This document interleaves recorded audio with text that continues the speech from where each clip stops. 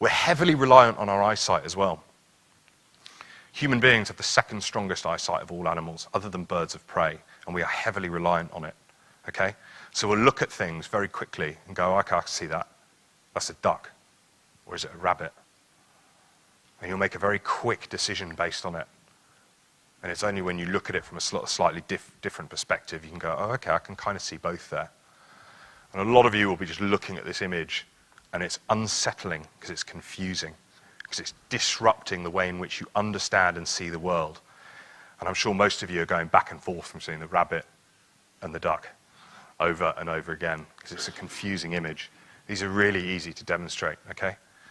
So this one, I see an old man, right? I see like Shakespeare there. Some people see a woman huddled in a coat walking past a tree. The last one, probably the most famous, is the old woman, young woman one, okay? So the old woman is sort of got the sort of hooked nose and the sort of low jawline and is sort of sunk into her top. And the young woman is sort of looking away. Now, all I'm doing is highlighting the fact that you see different things.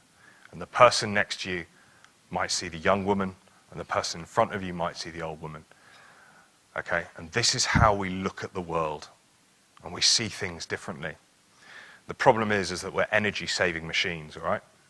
So we will look at something and make a very quick decision and go, that's it, that's what I see. That is the young woman, based on my experience and my way and my eyes. And that is the truth to me, and that is the reality.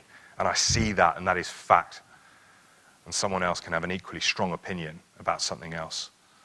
This is the problem with sort of solving problems. It can be very difficult to understand what is it we're both looking at.